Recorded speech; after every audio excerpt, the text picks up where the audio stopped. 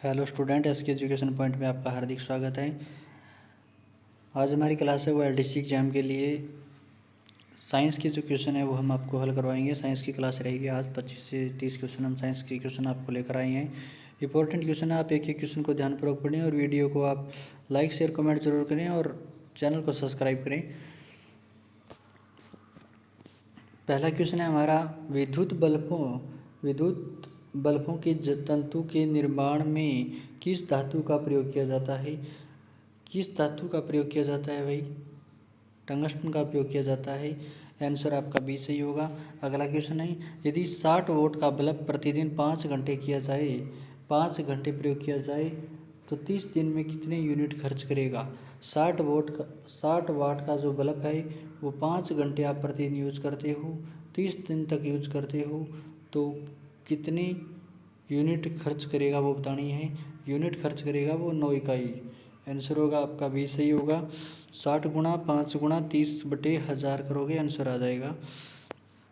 अगला क्वेश्चन है, निम्न कथन बताने आपको विद्युत इस्त्री, टोस्टर आदि का निर्माण मिश्र धातु से किया जाता है। मिश्र धातु की प्रतिरोधक और उसकी अवयवी धातुओं से कम होती हैं। कथन है वो आपका ए सही है लेकिन आर गलत है। ये आर गलत है, ए सही है। आंसर आपका सी सही होगा। अगला क्वेश्चन है, एलसीडी प्रकाश उत्सर्जित करता है। एलसीडी है जो प्रकाश उत्सर्जित करता है। केवल हरा रंग, केवल लाल रंग, केवल पीला रंग। आरबीजी का मतलब यानी रेड, लाल, हरा।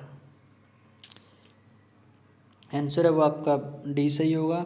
116 नंबर क्वेश्चन का आंसर डी होगा। अगला क्वेश्चन है, घरों में विद्युत परिपथ को किस क्रम में लगाया जाता है? घरों में जो विद्युत परिपथ लगा होता है वो किस क्रम में लगा होता है? पार्श्व क्रम में। पार्श्व क्रम मतलब समांतर क्रम में लगा होता है। आंसर होगा वो आपका बी सही होगा। 117 नंबर क्वेश्चन का। पीछे जो हमारी क्लास, बहुत सारी क्लासें मैंने चैनल पे अपलोड कर रखी हैं, आप ज़रूर देखें। अगर आपने नहीं देखी है तो बहुत सारी इंपॉर्टेंट क्लासें हैं एलडीसी एग्ज़ाम, सीईटी, पशु परीक्षक एग्ज़ाम के लिए। माइक्रोवेव ओवन को किस माइक्रोवेव ट्यूब का उपयोग किया जाता है? माइक्रोवेव ओवन में जिस माइक्रोवेव ट्यूब का उपयोग किया जाता है वह कौन सी ट्यूब है भाई?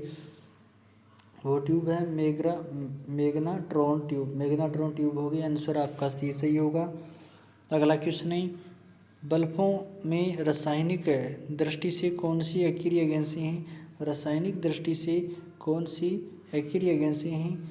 नाइट्रोजन और आर्गन। नाइट्रोजन और आर्गन, यानी आंसर होगा आपका ये सही होगा रासायनिक दृष्टि से। अगला क्वेश्चन है हमारा, जलते हुए विद्युत बल्ब के तंतु का ताप सामान्यतः होता है। सामान्य जो ताप होता है वो 2000 सेंटीग्रेड से 2500 सेंटीग्रेड होता है, सेल्सियस होता है। आंसर आपका सी सही होगा। 120 नंबर क्वेश्चन का। अगला क्वेश्चन है हमारा, एक तार में बहती विद्युत धारा और विभवांतर प्रत्येक को दुगुना बढ़ा दिया जाए तो विद्युत शक्ति है वो कितनी हो जाएगी? विद्युत शक्ति है वो 4 गुना हो जाएगी।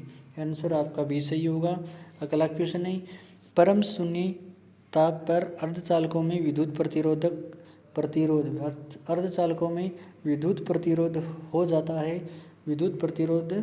हो जाता है अनंत हो जाता है। आंसर आपका ये सही होगा। अगला क्वेश्चन है, विद्युत धारा के चुंबकीय प्रभाव को सर्वप्रथम किसने अवलोकित किया था? आर्स्टेड ने। आंसर आपका बी सही होगा। अगला क्वेश्चन है, विद्युत परिपथ हेतु क्रिचॉफ का प्रथम नियम आधारित है। क्रिचॉफ का जो प्रथम नियम है वो आवेश संरक्षण पर आधारित है। आंसर बी सही होगा।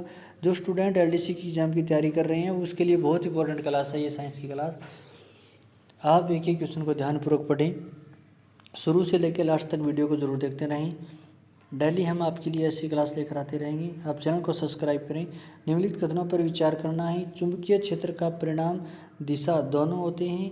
चुंबकीय क्षेत्र रेखा और चुंबक की उत्तर ध्रुव से प्रकट होती है और दक्षिण ध्रुव में विलीन हो जाती है। उपयुक्त में से बताना है कि कौन सा कथन सत्य है। कौन सा कथन है सत्य है? दोनों ही कथन क्या है? चुंबकीय क्षेत्र का जो परिणाम है वो दिशा दोनों होते हैं, और चुंबकीय क्षेत्र की जो चुंबक उत्तर ध्रुव से प्रकट होती है और दक्षिण ध्रुव पर क्या हो जाती है? विलीन हो जाती है। यानी आंसर 1 और 2 दोनों सत्य हैं। आंसर होगा आपका सी। अगला क्वेश्चन है, एक समान चुंबकीय क्षेत्र में घूर्णन करती कुंडली में प्रेरित विद्युत वाहक बल अधिकतम होगा। कुंडली से जुड़े फ्लक्स में परिवर्तन की दर अधिकतम हो। कुंडली से जुड़े हुए जो फ्लक्स हैं में परिवर्तन की जो दर है वो अधिकतम हो। आंसर आपका सी सही होगा।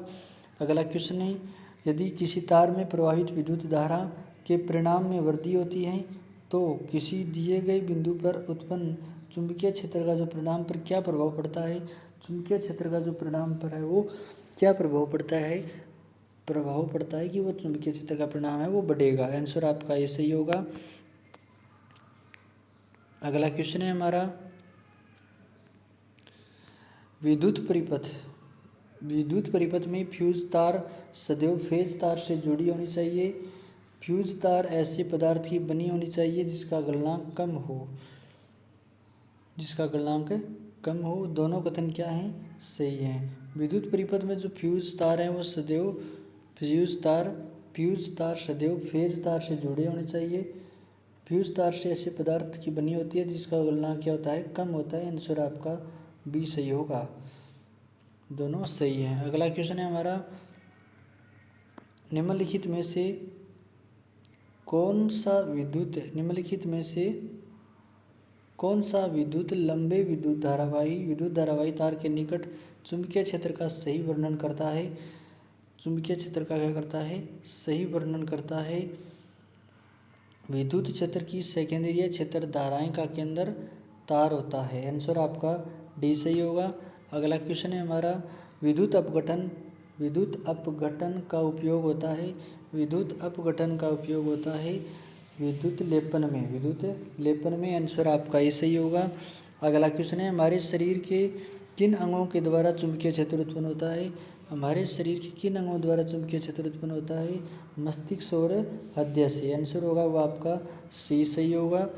131 नंबर क्वेश्चन का आंसर सी सही होगा, मस्तिष्क और हृदय से। अगला क्वेश्चन है, एक चालक का जो प्रतिरोध है वो निर्भर करता है दिए गई उसकी लंबाई पर भी निर्भर करता है, उसके अनुप्रस्थ काट के क्षेत्रफल पर भी निर्भर करता है, ताप पर भी निर्भर करता है, मतलब दिए गए सभी विकल्पों पर, यानी लंबाई, अनुप्रस्थ काट के क्षेत्रफल और ताप पर निर्भर करता है। आंसर आपका डी सही होगा। अगला क्वेश्चन है कि विद्युत मोटर एक ऐसी युक्ति है जो परिवर्तित करती है। विद्युत मोटर है वो एक ऐसी युक्ति है जो परिवर्तित करती है विद्युत ऊर्जा को यांत्रिकी ऊर्जा में परिवर्तित करती है। विद्युत मोटर यांत्रिकी ऊर्जा में परिवर्तित करती है। आंसर आपका बी सही होगा। अगला क्वेश्चन है, लघु पतन के समय परिपथ धारा बहुत अधिक बढ़ जाती है। आंसर आपका बी सही होगा।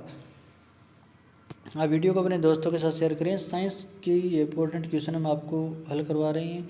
बहुत सारी क्लासें हमारे चैनल पे अपलोड हैं, आप एक एक क्लास को ध्यानपूर्वक देखें, एक एक क्वेश्चन को अच्छी तरीके से जांचें। आने वाले एग्जाम के लिए बहुत इंपॉर्टेंट क्लासें रहें। नीचे दिए गए जो विकल्प हैं, कौन सी विद्युत चुंबकीय प्रेरण की परिघटना है आपको बतानी है। किसी विद्युत को आवेशित करने की प्रक्रिया है, किसी कुंडली में विद्युत धारा प्रवाहित होने का कारण चुंबकीय क्षेत्र उत्पन्न होने की प्रक्रिया है, कुंडली एवं चुंबक के बीच अपेक्षित गति के कारण कुंडली में प्रेरित विद्युत धारा उत्पन्न होती है, किसी विद्युत मोटर की कुंडली में घूर्णन कराने की प्रक्रिया है। आपको बताना है कि नीचे दिए कथन में कौन से चुंबकीय प्रेरण की परिघटनाएं बतानी है आपको। तो होगी कि परिघटनाएं होगी आपकी, वो होगी किसी कुंडली में विद्युत धारा प्रवाहित होने के कारण चुंबकीय क्षेत्र उत्पन्न होने की प्रक्रिया। आंसर आपका बी सही होगा। अगला क्वेश्चन है हमारा, घरों में उपयोग होने वाली सूक्ष्म तरंग चूल्हों, माइक्रोवेव ओवन में निम्न में से कौन सा पद संबंधित नहीं है? कौन सा पद संबंधित नहीं है? रेडियो तरंगें। आंसर होगा वो आपका सी होगा। अगला क्वेश्चन है, विद्युत जनित्र में परिवर्तित करता है। विद्युत जनित्र परिवर्तित करता है। विद्युत जनित्र होता है वो परिवर्तित करता है यांत्रिक ऊर्जा को विद्युत ऊर्जा में। आंसर आपका सी सही होगा। कार बैटरी के संबंध में सही कथन बताना है आपको। इसकी वोल्टता सामान्यतः 12 वाट होती है। सही है। इसके इलेक्ट्रोड्स शीशा और लोहे के बने होते हैं। नहीं होते, लोहे के बने के नहीं होते हैं। आंसर होगा वो आपका ये सही होगा। 138 नंबर क्वेश्चन का अगला क्वेश्चन है हमारा, निम्नलिखित में कथनों पर विचार करना है। दिष्ट धारा डीसी, दिष्ट धारा डीसी सदैव एक ही दिशा में प्रभावित होती है।